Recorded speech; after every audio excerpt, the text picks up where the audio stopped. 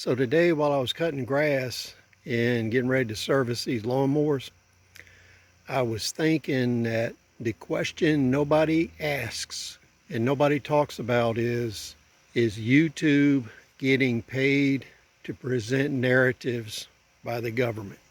Now, the reason this came up is last year, one of the big gurus, I put a comment on his channel and I said, is YouTube getting paid to propagandize? Is it getting paid to put narratives in? And is this the reason for the censorship?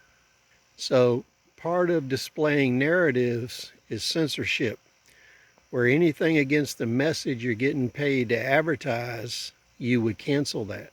Does this go beyond cancel culture? And is YouTube an agent of the NSA, the US government, the Chinese government, and other foreign entities?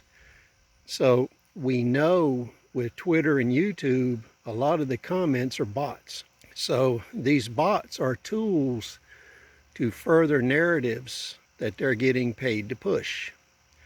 Otherwise, they would eliminate all these bots, because we both know that they could do this if they wanted to.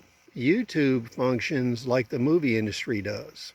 And having been in the movie industry as an armorer, producer, associate producer, and prop master, I know for a fact that movie studios get paid to write things into the scripts.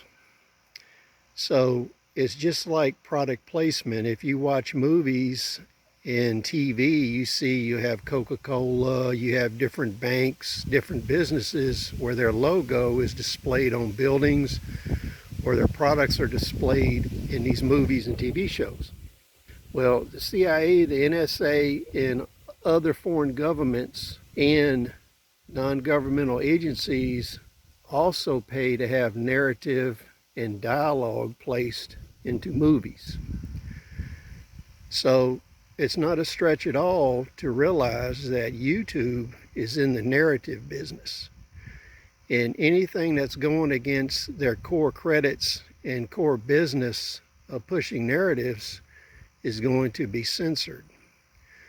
Please share your thoughts. We'll see you on the next video.